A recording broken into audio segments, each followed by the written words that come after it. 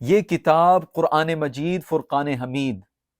بعض لوگوں کے لیے ایک محض کتاب ہے واعظ و نصیحت کی، یا قانون کی کتاب ہے، یا تاریخ کی کتاب ہے، وہ اسے امپورٹنس نہیں دیتے۔ ان کے لیے یہ باقی کتابوں کی طرح عام کتاب ہے جو نابینا گونگے بہرے ہیں، علم رکھ کر بھی جاہل ہیں۔ اور دوسری طرف وہ جو قرآن کو صحیح طریقے سے پڑھ بھی نہیں سکتے، مگر وہ اس بات کا ایمان رکھتے ہیں، یقین رکھتے ہیں اور اللہ پر توکل رکھتے ہیں، اللہ کے وعدہ پر بھروسہ رکھتے ہیں اور ایمان رکھتے ہیں اس قرآن مجید پر کہ یہ حق ہے، تو قرآن کے ساتھ کھڑے ہیں۔ لہٰذا قرآن کو سمجھنے کے لیے علم سے زیادہ ہدایت کی اور ایمان کی ضرورت ہوتی ہے، جو اللہ تبارک و تعالی اپنے اذن سے، اپنے امر سے، اپنے خاص جود و کرم سے اور اپنی رحمت و ہدایت سے عطا کرتا ہے۔ کچھ دلوں کو اللہ تبارک و تعالی چن لیتا ہے، کچھ خوش نصیب نفوس کو اللہ تبارک و تعالی مقدس اور مطہر بناتا ہے، اور پھر ان کی حفاظت بھی کرتا ہے، اور دنیا کے مصائب و آلام میں انہیں مبتلا کرتا ہے تاکہ وہ دنیا کی رنگینیوں میں کھو کر اللہ رب العالمین کی رضا و خوشنودی سے محروم نہ رہ جائیں۔ اور جنہیں اللہ تبارک و تعالی برباد کرنا چاہتا ہے ان کی رسی ڈھیلی چھوڑ دیتا ہے۔ اگر وہ ظلم کرتے ہیں تو انہیں مہلت دیتا رہتا ہے کہ وہ جرم در جرم کرتے چلے جاتے ہیں اور بالآخر دوزخ میں پھینک دیے جاتے ہیں۔ اور جنت و دوزخ کا دورانیہ دنیا کے ساتھ تو اس کا کوئی موازنہ ہی نہیں ہے۔ اس لیے مبارکباد کے مستحق ہیں وہ لوگ جو حق کے ساتھ کھڑے ہیں۔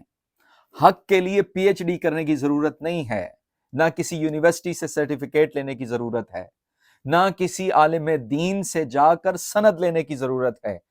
حق پرست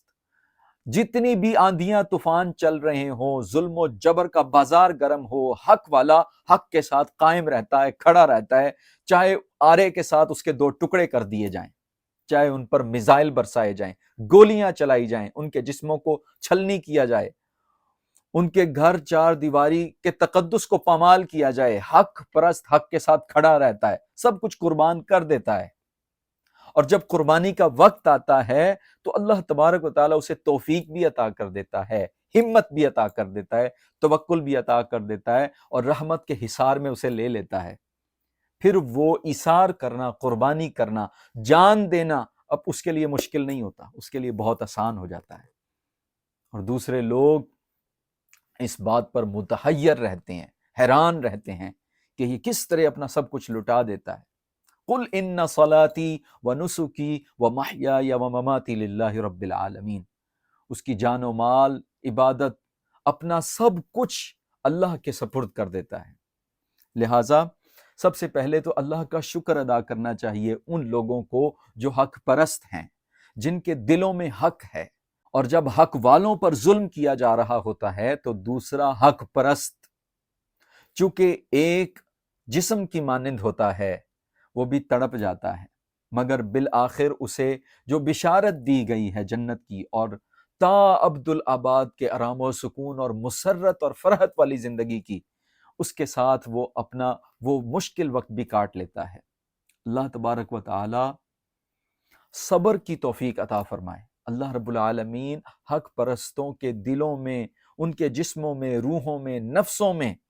اور ان کے خون میں اور ان کے ذہن میں حق کو انڈیل دے اور صبر کو انڈیل دے۔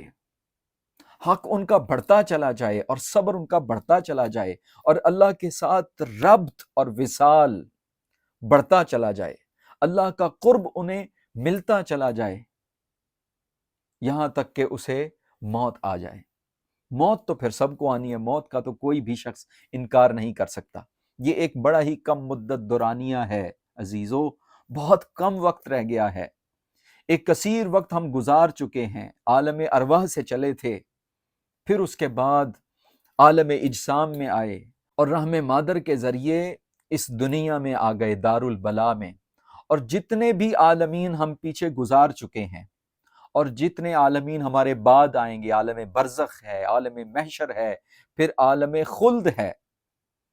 جو بعد والے زمانے آئیں گے، ان تمام زمانوں میں جب سے ہم چلے ہیں اور جہاں تک ہم جائیں گے، ان تمام زمانوں میں اور ان تمام پلیسز میں، ان تمام جگہوں میں یہ دنیا کی جگہ سب سے قلیل مدت ہے، سب سے کم مدت ہے، یہاں پر بہت تھوڑے وقت کے لیے ٹھہرنا ہے۔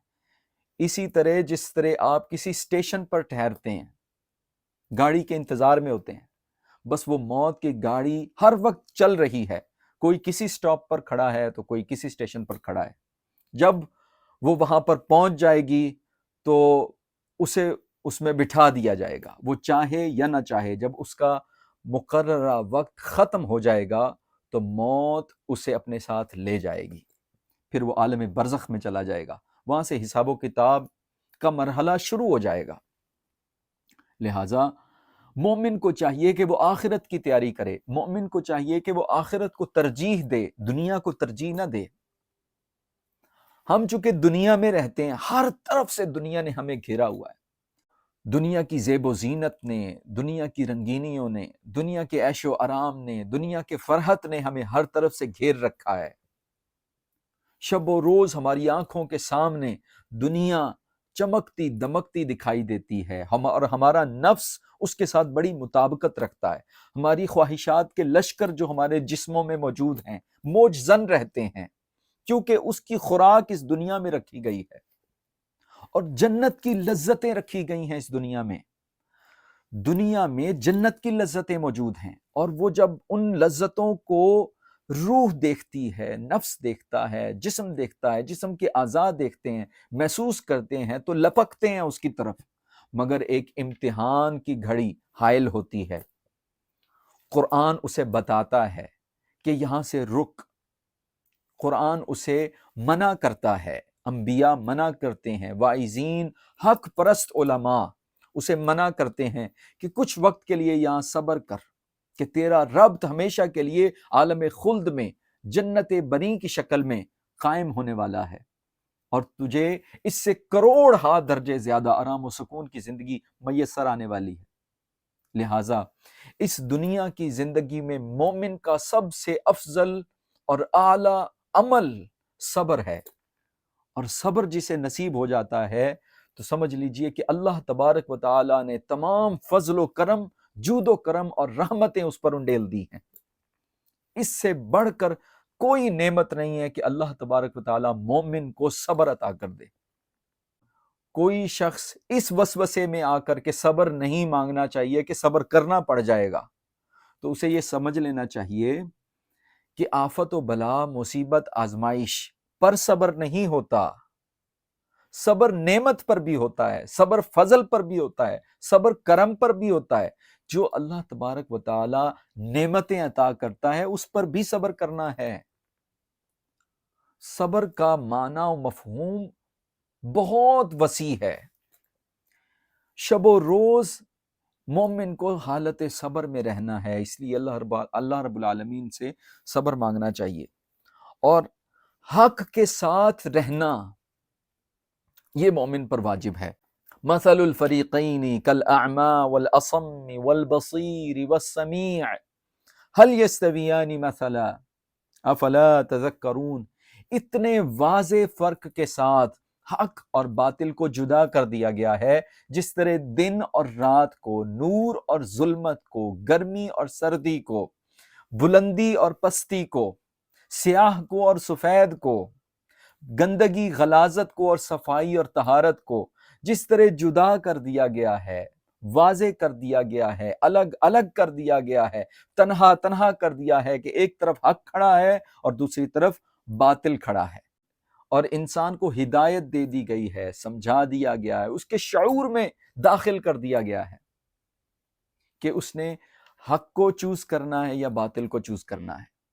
حق و باطل کے گروہ ہر زمانے میں موجود رہے ہیں،